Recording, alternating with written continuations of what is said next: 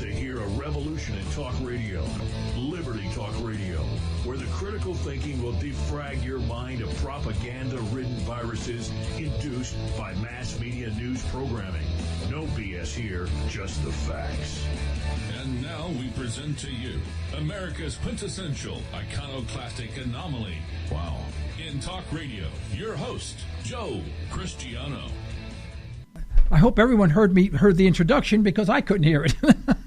Okay, Doctor, thank you so much for being on our program. I'm really anxious to have you on the air because there seems to be such a convoluted perspective of the Chinese economy and as well as the American economy, but even more so the relationship between the two countries and how they really need each other and rely on one another. And yet our mainstream media always paints this adversarial relationship, especially since the crash of 2008, in which, in my opinion, all we did was give the dying patients a lot more morphine to feel good. Could you sort of square the world away for us? Well, I really don't think that the U.S. and China have an adversarial relationship. Of course, Donald Trump makes it out to look like we do, but in reality, both countries have a lot of trade relations with each other. They have good political relations with each other, and I see a lot more cooperation than adversarial types of conversations.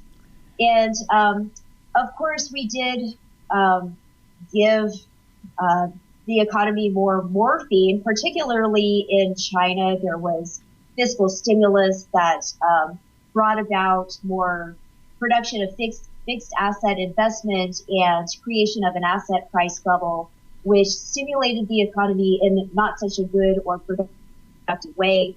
In the U.S., we had fiscal stimulus. I think that to a large degree it was more productive in the United States. But at the same time, we also allowed the larger banks to swallow up the smaller banks, and in that sense, really injected the banking system with more fuel to add to the prospect of systemic risk. Yeah. Well, you know, I'm reminded of a quote, and I think this is by Milton Friedman in one of his books, where he visited China, and there was a construction site in which there were dozens or maybe even hundreds of workers all, digging the ground up using these shovels. And his guide was asked a question of Milton Friedman, said, with all of the high technical equipment that you have, earth-moving equipment, why are you employing these hundreds of people to dig when one of your large machines can do this in half the time? And the response was from his guide was, this creates jobs. And then his response was, well, if that's your objective, why not give them spoons? And I thought that was it's a very telling, because we do the same thing. Europe does the same thing. We create jobs, but we realize that, well, if you're going to do that, go all the way. Give everyone a spoon. You can hire 1,000 people to do the same amount of work, and you'll increase the economy tenfold. When in fact, one large earth-moving tractor can do the work in half the time. Right. Well, I think that there is some validity to injecting fiscal stimulus into the economy in times of the crisis. I mean, we learned from the Great Depression that we have to do something about the economy. Somehow people have to be provided with jobs so that they can feed their families and have a place to sleep at night. But at the same time, we want to make sure that the fiscal stimulus that we inject is productive. We can also say that, natural disasters are great because then the government has to spend money and that creates jobs. But at the same time, that's not true. There's a negative impact that we also have to take into account. So what we want to do is create jobs and also create infrastructure and other types of productive assets that will last for a long time. Well, I can understand that if you have two cities separated by X number of miles, and there's a large exchange between each city, building a railroad possibly or a new highway between the two can be categorized as a stimulus, if you will, although it could be done by the private enterprise, but you can get the government to do that, but then leave it alone and leave it up to private enterprise to do with that road as they will. But we don't seem to do that very well. I mean, when I say we, I mean the whole world does the same thing. I'm not picking on China at all. Don't get me wrong. But I guess you guys are the poster child for that with the ghost cities, where that with the intent of the ghost cities were to build these cities, create jobs, move natural resources, get all these companies going. But now they've become what they call ghost cities. Isn't that an example that maybe government should be stepping out of this business and leaving it totally to free enterprise, to something that is productive? Because if it's left up to free enterprise, if I build something and it doesn't give me a return on investment, I go broke. And I'm very selfish. I love money. I don't want to lose my money, where the government doesn't have that same feeling. Well, I think there really is a value to having some government funds injection in terms of building up infrastructure. One of the reasons is because it may not create private profits. And I know that that's something that you don't want to hear as a libertarian. Right. But, but it does create what are referred to as economic profits. And that means that there are public profits that are given to the rest of society so that it promotes private businesses to flourish when you have more infrastructure that you can't necessarily capture if you leave it all up to private enterprise. Yeah. Now, I do believe in public-private partnerships, and I think that getting more private investment is a very good thing as long as they properly price in risk. And the ghost cities in China are just, a poster child example of government waste. And I know that Chinese listeners may abhor my saying that, at least some of them. But China's process of urbanization has to take place. That's not the way to go about it. You have to first create an incentive for the companies to come to particular areas and create jobs. If you create the jobs, people will come. If you create apartments that people have to pay for, where they were former farmers and don't have any income once they move to a ghost town, right? People aren't going to come to that. They're not going to want that. Yeah. Yeah, I understand that many of these apartments and condos and housing is very unaffordable to the average Chinese person who's lived in a rural area. They come in and they couldn't afford one day's rent in the place. So I just wonder that they had to have an economic model saying we're going to build, for a city which will house, let's say, 100,000 people. And I'm making that number up. I have no idea what it is. And the average cost is going to be X number of dollars. The average income of a Chinese worker is much less than that. How do they ever expect anyone to move into these cities when the income generation was not there? Yeah, I think this reveals one of the problems with government planning. When you have too much government involved in planning of the economy, you can overlook some of the essential forces that can perpetuate things like urbanization. If you're going to withdraw the government support and say, okay, now I want market forces to take over, it doesn't just naturally happen. Yeah. There has to be, some sort of promotion of those market forces to take place. And that didn't happen in China. Hopefully it will. Hopefully they've learned a lesson from that going forward. Yeah. Well, it's strange. This morning, American television never ceases to amaze me, because if you want to listen to garbage, you turn on American television and American news. You get the most misrepresentation on the planet. But most people have been sort of, I hate to use the word brainwash because it sounds like, the Nazi brainwashing regime, but you listen to something long enough, you start believing it, Right. In fact, I tell my wife that I'm a loving husband. I think I've convinced her by now because I keep on telling her that, But just this morning, they were talking about the threats to the U.S. economy and the threats to America. And this one, I had no idea who this person was. I've never seen him before. He says, well, one of the greatest threats to America is China. I threw my slipper at the TV screen. I was so mad. I said, how dare they say that? First of all, even if it was true, you wouldn't say that on television. You would just make matters worse, even if it was true, which it's not. And I don't know where they get these people, to comment on national TV to make such idiotic comments that they couldn't back up if their life depended on it. Because from my perspective, China is our biggest trading partner. We should be they're our best friends as far as I'm concerned. And here this guy is saying that they're our greatest threat. Without us, if they dump our treasuries, it will be a threat. So we better be nice to China just for self-preservation purposes. But what's your perspective on that? Well, I mean, to me, that is just such a fallacy. And you hear that, Donald Trump has touted that back and forth. And, he's saying he's going to come down hard on China.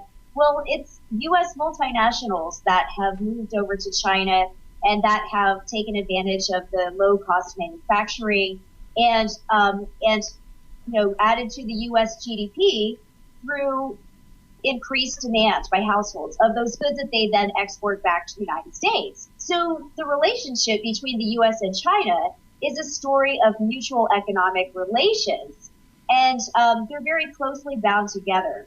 So it does not make sense. It reveals that people who state this have no understanding of the relationship between the U.S. and China. Granted, there are jobs that the U.S. has lost because of the American multinationals moving overseas. But at the same time, and I don't want to discount the jobs that we've lost, but at the same time, we've also focused on building up our services sector that has serviced those multinationals. So the departments of the multinationals, such as finance and advertising and marketing, we still house in the United States, and those have expanded during the rise of globalization. Yeah. I'm a Shark Tank fanatic. You ever watch that program Shark Tank on television? No. Oh. I've heard of it. Well, I tell you, I don't watch television. I'm too busy for that, but I make sure I always watch Shark Tank because I learn things from it, and one guy called, Kevin O'Leary, which he's a multi-billionaire, and they call him Mr. Wonderful. And every single episode, when someone comes and they say, well, we're making this product, they say, what is your cost of production? And they'll say, $4.75. He goes, no, in China it'll be $1.50. He says, you'll never sell it at that price. And he's right. And so I don't see anything wrong with us sending those items to China that China can make more efficiently and more effectively. Now, we say that we are losing losing jobs because of that, but we're not losing jobs because our cost of production is high. It's because the cost of operating a business in America is extremely high because of government regulations, minimum wage laws, et cetera. The government forces us to raise prices to cover all the cost of administration. And so we have to go overseas where they don't have those same restrictions. And I buy that. You go where it's least expensive, provided the quality is the same. But people see that as a devil worship. And I don't see that at all. Well, I think that if Americans were willing to put their money where their mouth is and purchase items that were produced in America rather than China, then we would be able to, promote these industries that are based in the United States. I mean, I think that if we had more manufacturing industries in the United States, that would be a really beneficial thing because we have an entire section, lower income individuals who may not have higher skills, who may not have a college education, who need these types of jobs. And so I think that would be a good thing. We just have to get the American consumer used to purchasing items that are a little bit more expensive, or change government regulation, as you say, that would reduce the cost of those products. Yeah. Well, we have to go where the product is produced in the most efficient manner, most effective manner, at the best cost. And that's the way business is. That's free enterprise. If we believe in free enterprise, exactly. we can't mutilate it. We can't modify it based on our own prejudices, which is what we have as prejudices because we don't have facts to bake up from which we base our decisions. And we hear this all the time on the presidential debates. It's all their opinions, and they use it 99% of the times. They're absolutely incorrect. Well, let me get back to the crisis of 2008. Give me your perspective of that crisis, how it, who was responsible for it, and whether or not we've made any progress from that time. Well, I think that a number of people were responsible for it. It was based on subprime mortgages, which amounted to about 25% of the mortgages that were extended in the United States leading up to 2008. So the banks that were responsible for giving out mortgages to people who had nothing to show for it, they were responsible.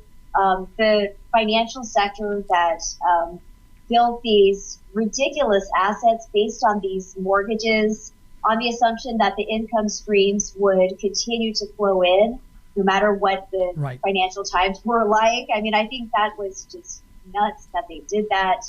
Also, the valuation, the people on Wall Street who valued these types of assets and that promoted their sales to large banks and created the hype, those were also at fault.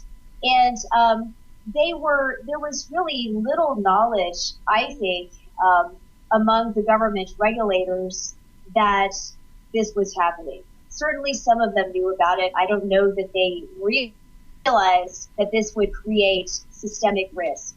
But I don't think that they envisioned that the U.S. financial sector could blow up. At the time, all the crises were happening in developing countries. So it was a poor country's problem. It was not the U.S.'s problem. And so the problem was that we just didn't see it coming, and that people were really, they had too much faith in the financial sector. And now that the crisis is supposedly over, and now that the large banks are even larger, I think that we have even more systemic risk. I know that we're doing all of these stress tests that are supposed to monitor these risks, but if we look at what is actually happening, the Federal Reserve has rejected the living wills that the largest banks created to say, okay, if things blow up in our yard or in our backyard, this is how we're going to wind down. And the Federal Reserve and FDIC has said, we don't buy it. You still have looming systemic risk. So there's that, and they're not being broken up. Dodd-Frank has said that, we need to break up the largest banks, and that hasn't happened yet. So I think that not really that much has changed. Yeah. Isn't it a little bit disingenuous when we say the banks are totally at fault? I mean, they are at fault, but I don't take them off the hook at all. But the reason why they made those loans is because Fannie Mae, Freddie Mac, and the government basically said, "Don't worry, make those loans. We'll buy them from you.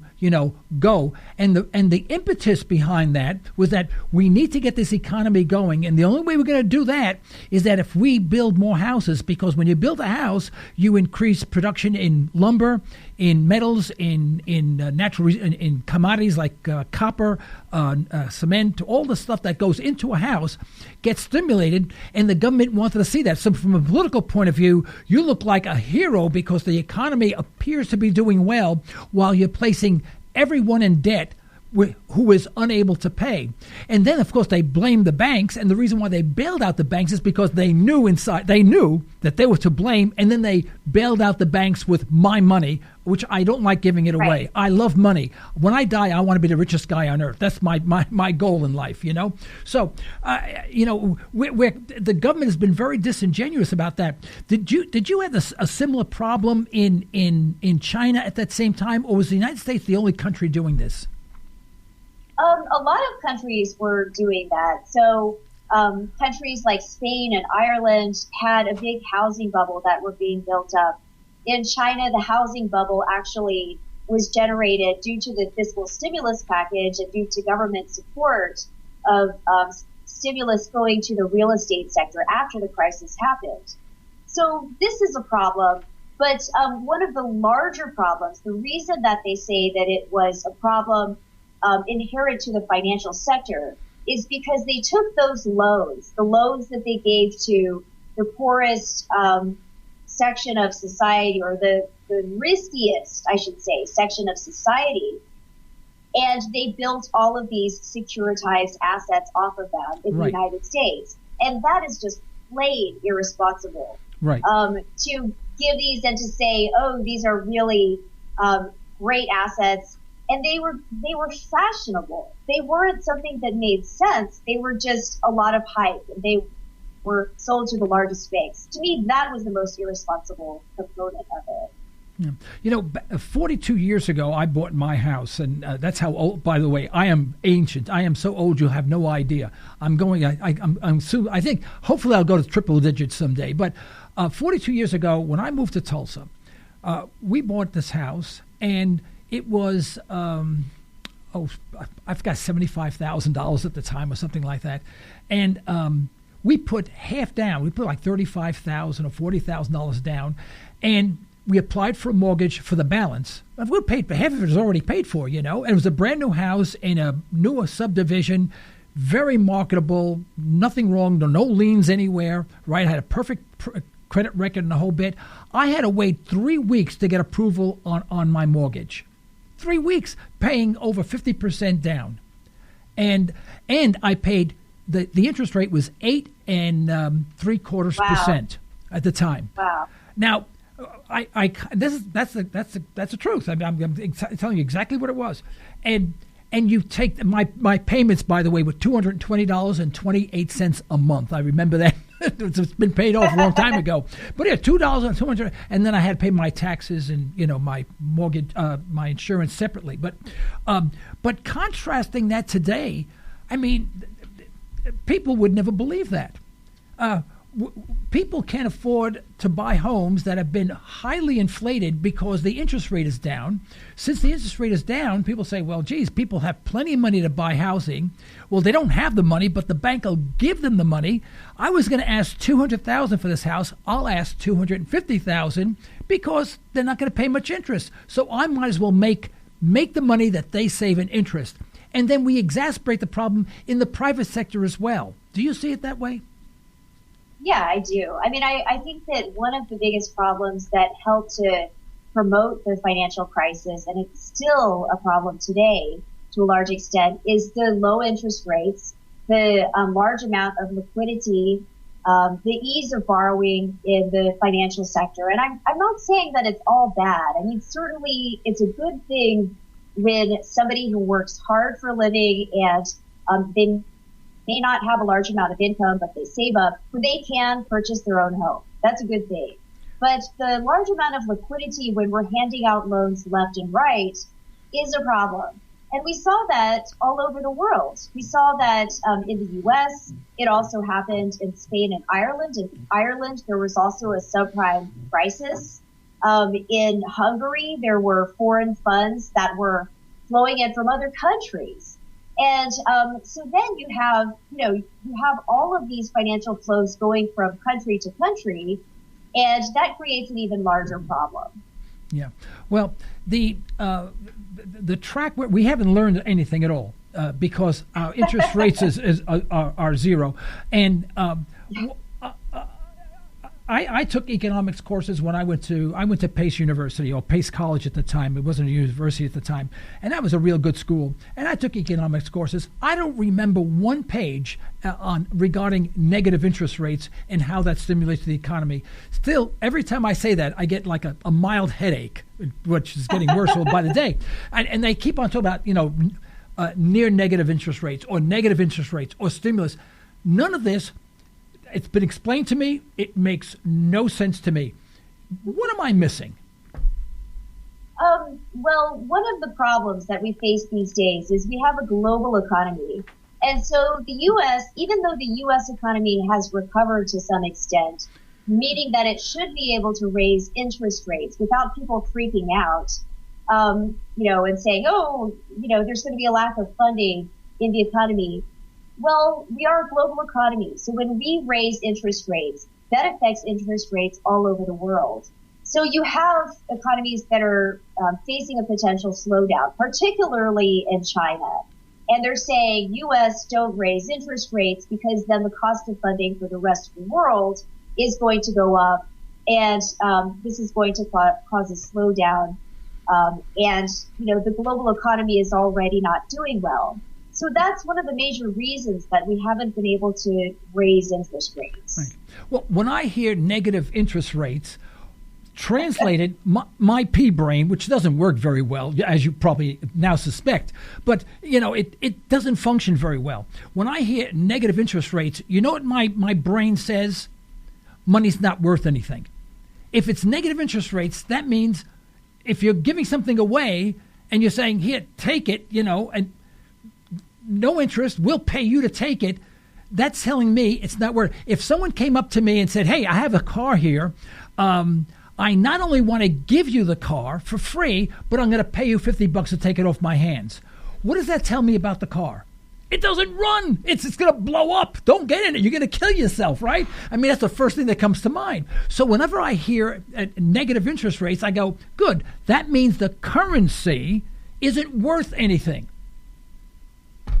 Right. So Japan has tried to implement negative interest rates in some areas of the economy. Japan is, to some extent, a different story. They have tried everything to stimulate their economy. And so that is a last-ditch effort to do it. So the negative interest rates, I think, are a pretty desperate measure. Low interest rates in the U.S. are something that we face because of the global economic slowdown. And this is a problem that we're going to have to resolve. China needs to stimulate growth again. Where is that source of growth going to come from? Europe needs to get back on track. So they need to figure out the Greece question once and for all. In the U.S., we need to pick up growth. We're actually not doing so bad. We're back to pre-crisis rates of growth, which is great. But the rest of the world is not doing so well. Yeah. Well, we're going to take would you stay with us for about 60 seconds so we can take a real quick break, give our sponsors for this program just an opportunity to say hello, and we'll be right back because I want to talk a little bit about negative interest rates and whether or not our economy, how far our economy is going. And I'd like to hear what your solutions are to the problems that we're having today, and so we can get the whole world on an even keel back to prosperity, okay? And we'll give you credit for it, I promise, okay? All right, just hold on. Don't go anyplace. We'll be right back, folks. Don't go away. We'll be right back with Dr. Sara Hsu. You're listening to Liberty Talk Radio.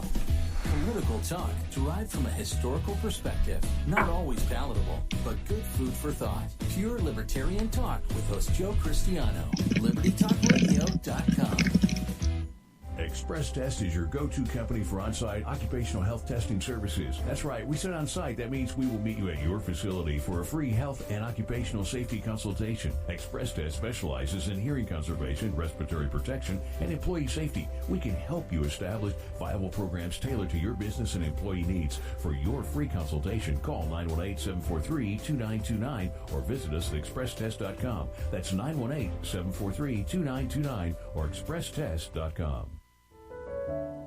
Ranch Acres Audiology is about caring, about getting the most out of life, about personal attention. Sometimes helping someone with their hearing is really helping them with more than just hearing. That's the goal of my practice. That's what my goal has been for 20 years. You're invited to attend our next free Lunch and Learn seminar. Call us today, 918-749-7711. This isn't your typical talk radio show. This is Liberty Talk Radio. Welcome, everyone. We're back. This is Liberty Talk Radio. I'm your host, Joe Cristiano. With us, we have Dr. Sara Hsu. She's the Assistant Professor of Economics at the State University of New York at New Paltz. And we are talking about the Chinese and American economy and world economy as well. And maybe the second portion, we can talk about how we're going to resolve this issue, and if we're right, maybe we can make billions of dollars in the fees, just for advising everybody. Dr. Hsu, are you still with us? Are you still with us? Yes, I'm here. Thanks very much, Joe. I was afraid you'd run away after listening to me rant the first half. No, never. My wife just sent me a little note. She said, New York did the reverse of China by moving people out of buildings and building high-rise ghettos. So we had the people there, so what they did is they took buildings that could have been more productive and they build high-rise apartment buildings and moved people in who probably couldn't afford them anyway. So I guess we did the same thing here in a slightly different fashion. Now, I have a totally different take on the economy, and I'm a real free market person because and the reason why I like the free market, because with the free market there's lots of pain, and I don't mean to inflict pain on anyone. I'm a business person, and most successful people who are in business, you know what they talk about? They don't talk about their successes. They love to talk about their failures. And the problem with government never fails. Everybody else fails. Government never fails. Whenever I talk about business with other people, I talk about all the companies that I started, all my endeavors, and how horribly I did not succeed. But I'm a very successful person. But we talk about failures, and I say that only because, for your benefit and for everyone's benefit around the world, the government doesn't want anyone to fail, because that means it's a reflection on government, whether it be United States government, China government, the EU, whatever. But they never want to admit failure, and I admit failure 30 times a day. And I think what we need to do is that we need to fail. We need to raise interest rates. We need to have the patient go through withdrawal. And it's going to be very painful. And then have the free enterprise system without any government interference come back and build it up. We did it back in 1921 during the worst depression in the United States, much worse than 1929. And in 18 months, we had the most thriving economy in the world. Now, what I would like for you to do is I'd like for you to tell the world how we're going to solve all these problems and how we're going to avert, number one, a currency crisis, which we're on the verge of. The Baltic Dry Index is at a 20-year low, so it looks like, and China's been affected more than anyone else. Interest rates, negative interest rates, are not working. The injection of more money has done nothing but dilute the currencies. And the price of commodities are starting to rise. It seems like we have a perfect storm building. And if I was an outsider looking in and wanted to know what I should do and how I can protect myself from this, I would be stumped because all the traditional avenues are not available anymore. So how do you see the economy? How do we get out of it? How do we protect ourselves? The rest, we have about 20 minutes. It's all yours. Well, I think that it's a difficult question, obviously, and complex. What we need to do is have some real sources of economic growth. We need China's economy to restructure. I think China's economy has too much government involvement. And China is trying to move away from a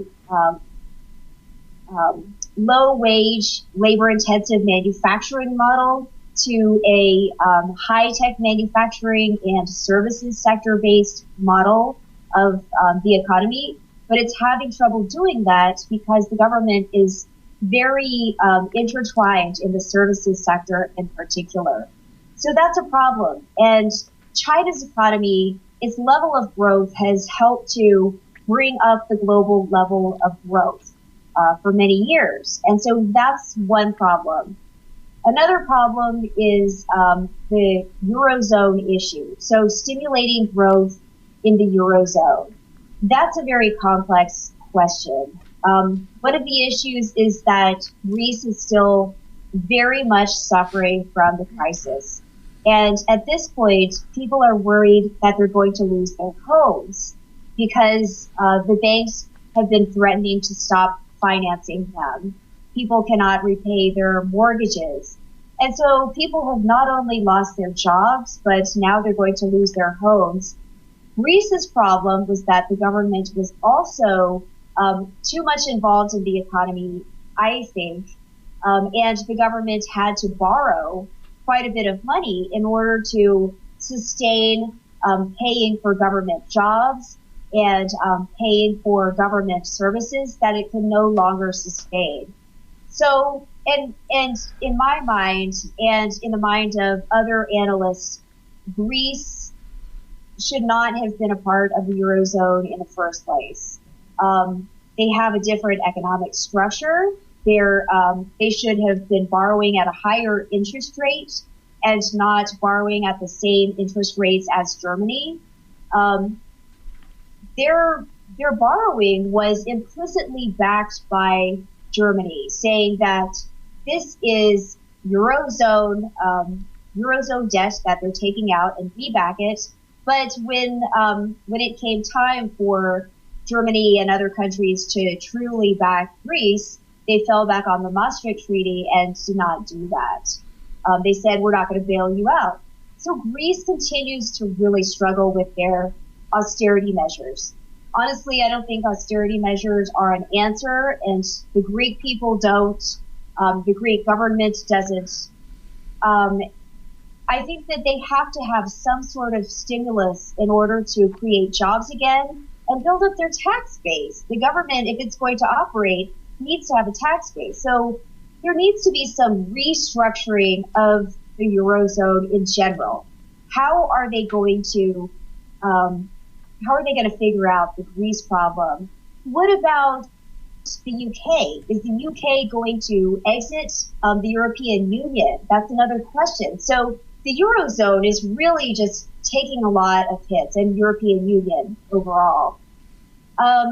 So they need to figure out their political problems, their very deep structural economic problems that have arisen as a result of having a unified currency and monetary policy, before they can build up their economy once again, before investors have faith in the euro, and before the interest rates can rebound, before economic growth can recover in the Eurozone. I think in the U.S. is actually doing pretty well. Our unemployment is down.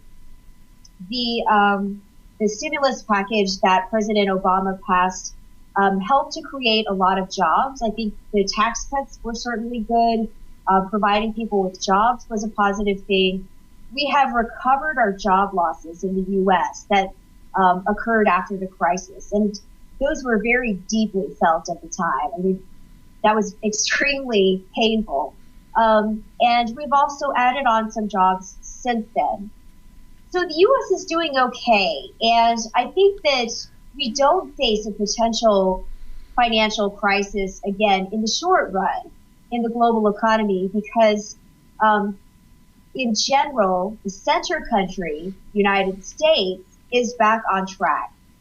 Now, there's a potential crisis once again. There's systemic risk that has been created with creation of even larger banks than before.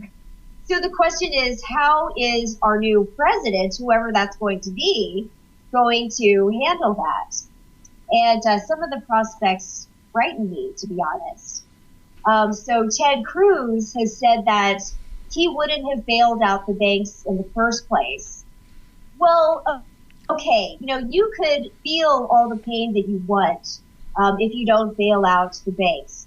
But if they present systemic risk, that's going to be passed on to all the rest of the economy. People are going to lose their jobs, and we're not going to have a financial system. The lending is going to stop. That to me doesn't make sense. Yeah. Well, you ever hear the expression "no pain, no gain"? It seems like all the governments want the gain, but they don't want the pain. If governments feel that if they can be gain without pain, ain't going to happen. If there's always going to be pain, but no government in their right mind is going to inflict any pain because it reflects poorly on them. Thus, they don't get reelected. So they are incentivized to ensure there's no pain and only gain, which just exasperates the situation and makes it worse. Now, I respectfully do not share your opinion that the United States economy is in good shape. We're $19.25 trillion in current year's debt, and our unemployment, although appears to be low, it's all on low-end jobs like being waiters, bartenders, service sector jobs, and healthcare. Because we're getting so sick and lazy, we're winding up in the hospital earlier and earlier. That's where it's coming from. Our manufacturing and productive jobs are decreasing by every single month. We haven't had a good month in years in the manufacturing sector. So it appears to be better, but I think it's like the patient who's got terminal illness. We just gave him another shot of morphine and he feels great, no problem. Well, I think that so the U.S.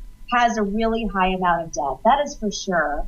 But the U.S. can continue to run up debt as long as people are willing to buy our treasuries. Right. People will always buy our treasuries, and the crisis proved that. Because even after people got out of treasuries and they were selling them, then when they found that there were no safe assets in the rest of the world, they went back into treasuries when it was the U.S. that was causing the crisis to begin with. So the U.S. debt, being that we are the center country in the world, which means that everyone's willing to hold our debt, U.S. debt is safe for now.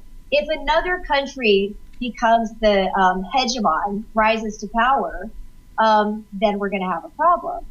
I think you're right that the government wants to have all the gain with no pain. But to be honest, it was the U.S. taxpayers that felt a lot of the pain.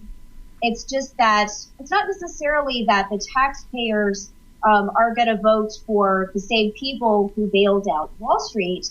I think it's that the U.S. taxpayers don't have as much of a voice in terms of lobbying as the large financial corporations, which really says something about the state of democracy in the United States. I don't know that we are truly democratic anymore. Oh no, we're an oligarchy. You know, it's the merger of industry and government. It's right.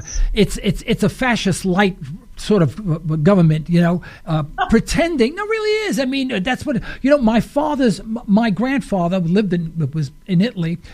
When Mussolini came, he had his own business. Mussolini came in, merged business and state and all that, and the man committed suicide. My grandfather, yeah. And so I'm keenly aware of when government and business get together and for the betterment of the country. No, there's no benefit. There's a benefit for the oligarchies. And we have an oligarchy right now. We do not have we never had a democracy. We had a democratic republic, if you will.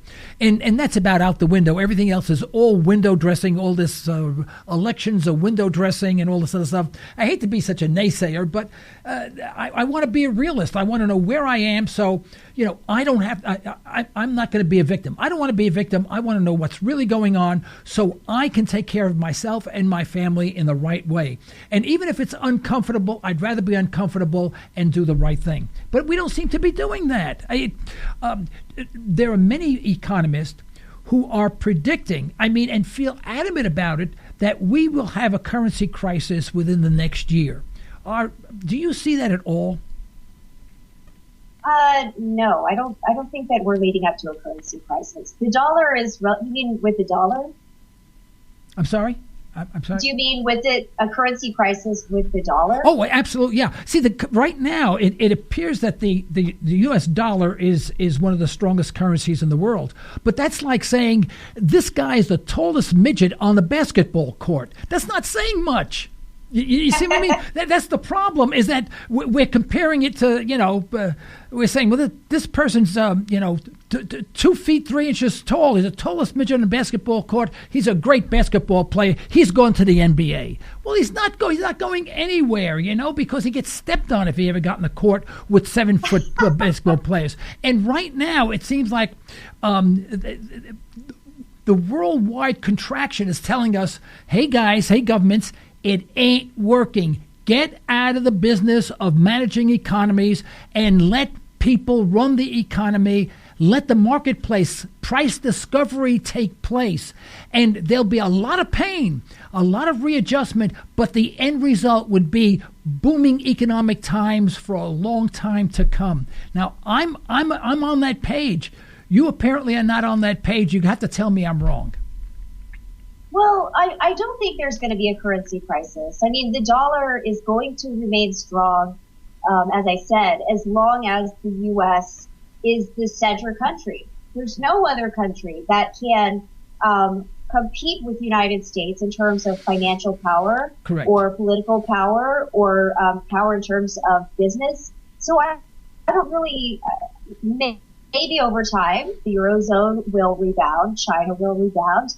And in that time, those currencies, particularly the euro, will become stronger once again. The renminbi, the Chinese currency, is loosely tied to the dollar and the euro. So we may see that change once again. But I do not see a currency crisis potentially arising. All right. What if oil, well, right now, Saudi Arabia, and this is kind of quiet, but we all know what's going on, who are aware what's really going on, is that the Saudis aren't too happy with the United States because we're selling out excess oil, to foreign buyers. And we promised back in 1971 that we would not do that after we released ourselves or separated ourselves from the gold, the dollar from the gold standard. And the Saudi says, hey, you want to have a petrodollar that's not backed by gold? No way. We said, well, we'll have a petrodollar, but we'll provide you with all of the military assistance that you need to protect your country. Just make sure that all the gold, all the oil is sold using petrodollars. That's waning. More and more countries are separating themselves from the dollar. They have the BRICS now that are exchanging oil. Of course, Iran has separated a long time ago. That's where they're our enemies because we were disrespectful to the petrodollar. So you see, the petrodollar is losing its influence around the world. In the IMF, the renminbi is now 9.5% of the IMF special drawing rights. So I think they call it the special drawing rights. Well, the IMF, Yes. Yeah. And so you see this sea change. It's not happening overnight, but it's slow but sure. And eventually someone's going to say, how did we get here? Well, just look back the past 3-4 years and you'll see it's been a slow process where the U.S. dollar has been losing international influence and eventually will go bye-bye. And at that point, we're going to have a real problem. What's your take on that? Well, I think that it would possibly result from a global war or something. It would take some extreme event for the dollar to lose its power completely. Of course, there are other currencies that have risen. The renminbi is not really a contender as of yet. Right. Analysts have been trying to push China to make the renminbi more competitive, to make it reflect market forces. But honestly, that hasn't happened. The euro and yen have become pretty competitive, but the dollar is still the predominant reserve currency. So I don't think that, things are changing somewhat, but the call for having a global currency or for forcing the U.S. to have less economic power that we saw in the aftermath of the crisis, that has largely gone away. And the U.S. right now is one of the only economies that is truly recovering from the crisis. Yeah. Now, there are those people who follow hard assets, whether it be palladium, platinum, gold, silver, whatever, claim that China releases the numbers of the amount of gold that's held and reserved in China. I think China says that they have 1.18 about 2,000 tons of gold, somewhere around there. And yet people outside of China are saying it's really over 8,000 tons of gold. And the United States claims to have 8,000 tons of gold, but they won't let anyone near it to audit it or to verify it. And there's an uneasiness out there in the currency arena saying that really China has the more of a backing of gold in their currency than we do. We're not sure if we have any because we keep on saying, we would be jeopardizing our independence if we let you audit it, and all that garbage. Those are scary words to me. Now, China is building up its gold reserves, is it not? And what do you think what the real number is? I don't know what the real number is. It's always a guess with China. But I don't think it matters so much because our currencies are not backed by gold at all. Where it would matter, of course, the gold has a price on it. So if there were a crisis, we could potentially sell our gold in the London gold market or world gold markets, right, as India had to do in 1991. But, the truth is that the gold market is somewhat segregated or separated from the currency markets currently. Right. Yeah. Well, there are those who feel that once currencies start getting shaky, which they are now, by the way, if you follow it a little bit, and people are gravitating slowly but surely, to some hard assets. In fact, we just had a very wealthy investor on our show a couple of weeks ago who's now gravitating towards buying platinum because of its rarity, and the price has been so depressed. He says it's got to be the best buy in the world right now, and he made a very strong case for it. And I wonder whether or not the world eventually will come around and say all of this paper, these trillions and trillions of dollars that they willy-nilly, the way we print it out like it's, you need an extra trillion here it is, in fact, I like Gerald Celente. It's not worth the paper it's not printed on, because it's all digital now. I like that comment. And but he makes a good point. It's not even printed anymore. It's just a number on a computer and say, there's your trillion, have fun, and people have accepted. But don't we have all of these people sitting in a room, having a great time, sitting around these tables, having very expensive drinks? There's one door, and it's slightly ajar, and everyone's enjoying themselves, saying everything's fine. Everyone in that room has their eye on the door, and they don't want to be the second person out. They want to be the first person out. Isn't that paint our economy, worldwide economy right now?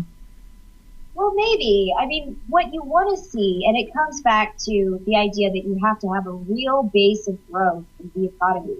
When you have a real base of growth, without lots of asset price bubbles, then people aren't looking at the door as much, to follow your analogy.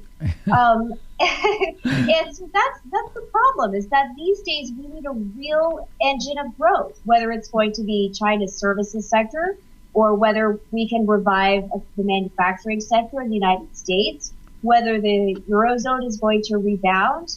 And so we need that. So we're not just relying on financial gains, which are basically asset price bubbles, in order to see growth increases. Right. We need some other source of that. Yeah.